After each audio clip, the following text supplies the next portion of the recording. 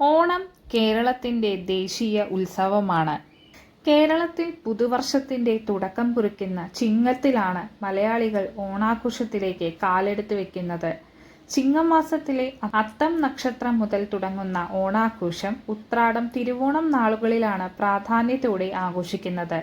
ചതയം നാൾ വരെ നീണ്ടു നിൽക്കുന്നതാണ് കേരളത്തിലെ ഓണാഘോഷങ്ങൾ. നാടാകെ അത്തപ്പൂക്കളവും വിളക്കുകളും കൊണ്ട് അലങ്കരിക്കുന്ന കാലമാണിത്. ഉത്സവ സീസണിൽ കേരളത്തിലെത്തുന്ന സന്ദർശകർക്ക് സംസ്ഥാനത്തിൻ്റെ ആതിഥ്യ മര്യാദയും സംസ്കാരവും നേരിട്ട് അനുഭവിക്കാൻ അവസരമുണ്ട്. വള്ളംകളി, ഓണസദ്യ, അത്തച്ചമയം, പുലിക്കളി, കുമ്മാട്ടിക്കളി, തുമ്പിതുള്ളൽ എന്നിവയോടൊപ്പം കലാ സാംസ്കാരിക വൈവിധ്യവും മേളയിൽ പ്രദർശിപ്പിക്കുന്നു.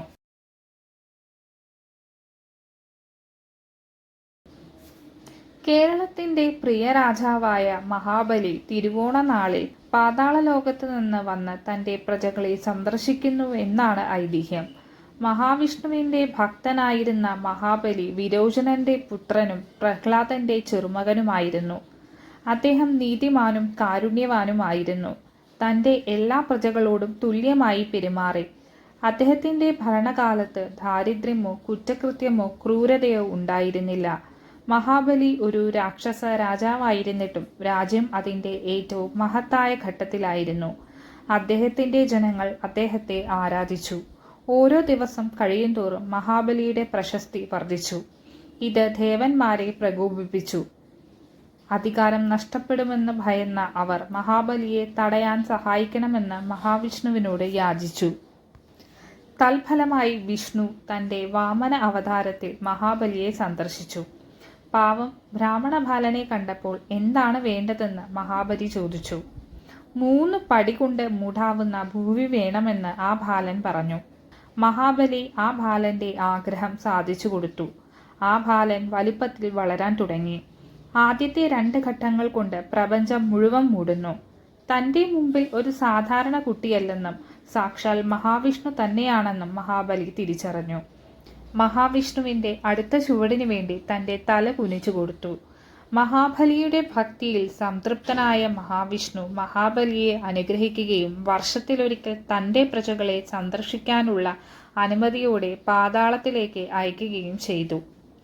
ഈ സംഭവം നടന്നുവെന്ന് വിശ്വസിക്കപ്പെടുന്ന സ്ഥലത്തിന് തൃക്കാക്കര എന്ന പേര് നൽകുകയും പിന്നീട് തൃക്കാക്കര എന്നായി മാറുകയും ചെയ്തു. ചിങ്ങമാസത്തിലെ തിരുവോണ നക്ഷത്രത്തിലാണ് ഈ സംഭവം നടന്നതെന്ന് പറയപ്പെടുന്നു. അന്നു മുതൽ എല്ലാ വർഷവും ഓണത്തിൻ്റെ 10 ദിവസങ്ങളിൽ കേരള ജനത തങ്ങളുടെ പ്രിയപ്പെട്ട രാജാവിനെ ആകാംക്ഷയോടെ കാത്തിരിക്കുന്നു. കേരളീയരാണ് ഓണാഘോഷത്തിന് തുടക്കം കുറിച്ചത് എന്നാണ് ഐതിഹ്യമെങ്കിലും അതിനും ഏറെ മുമ്പ് തന്നെ കേരളത്തിലും മധുര ഉൾപ്പെട്ട തമിഴ്നാട്ടിലും മറ്റും ഓണാഘോഷം നടന്നിട്ടുള്ളതായി സംഘകൃതികളിൽ പരാമർശിക്കുന്നുണ്ട്. സംഘകാല കൃതിയായ മധുരൈ കാഞ്ചിയിലാണ് ഓണത്തെക്കുറിച്ചുള്ള ആദ്യ പരാമർശങ്ങളുള്ളത്. ഓണം ഒരു വിളവെടുപ്പ് ഉത്സവമായി കണക്കാക്കപ്പെടുന്നു. ഇക്കാര്യത്തിൽ ഭിന്നാഭിപ്രായമുണ്ടെങ്കിലും അത്തം മുതൽ തിരുവോണം വരെയുള്ള 10 ദിവസമാണ് ഉത്സവം. കേരളത്തിൻ്റെ ചരിത്രപരമായ ഒരു കാർഷിക ഭൂതകാലത്തിൻ്റെ ഓർമ്മയാണെന്ന് വിശ്വസിക്കാം.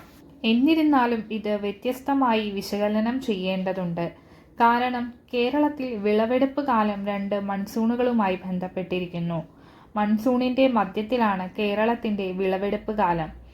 നെൽകൃഷി കന്നിക്കൊയ്ത്ത്, മകരക്കൊയ്ത്ത് എന്നീ പേരുകളിലാണ് അറിയപ്പെടുന്നത്. എന്നിരുന്നാലും കേരളത്തിൽ ചിങ്ങമാസത്തിൽ നെൽകൃഷിയുമായി ബന്ധപ്പെട്ട് മറ്റൊരു സംഭവം നടക്കുന്നു. നിറപുത്തരി. ഇതിനർത്ഥം ധാന്യങ്ങൾ കൃഷി ചെയ്യുന്നു. നെൽക്കതിരിൻ്റെ ചില ഭാഗങ്ങൾ ഭാവി അഭിവൃദ്ധിക്കും ഫലഭൂയിഷ്ഠതയ്ക്കും ക്ഷേത്രങ്ങളിലേക്കും വീടുകളിലേക്കും ആചാരപരമായി കൊണ്ടുവരുന്നു.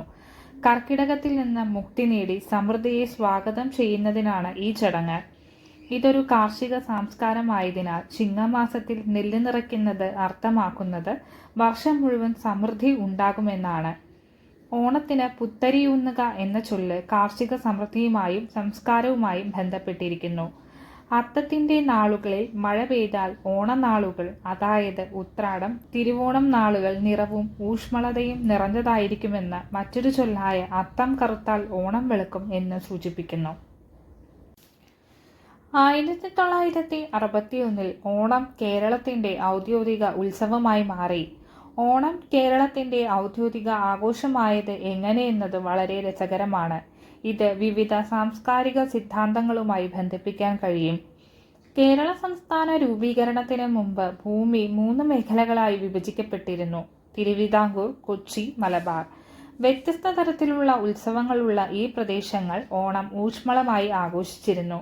എന്നിരുന്നാലും ഓണത്തിന് ഇവിടെ മറ്റൊരു വശമുണ്ട്. ഈ പ്രദേശങ്ങളിലെല്ലാം വ്യത്യസ്ത സാംസ്കാരിക പരിപാടികളോടെയാണ് ഓണം ആഘോഷിച്ചിരുന്നത്. വടക്കൻ മലബാറിൽ, പ്രത്യേകിച്ച് കണ്ണൂരിൽ, ഉത്രാടം, തിരുവോണം ദിവസങ്ങളിൽ ഓണപ്പൊട്ടൻ അല്ലെങ്കിൽ ഓണേശ്വരന്റെ തെയ്യം രൂപം എല്ലാ വീടുകളിലും എത്തുന്നു.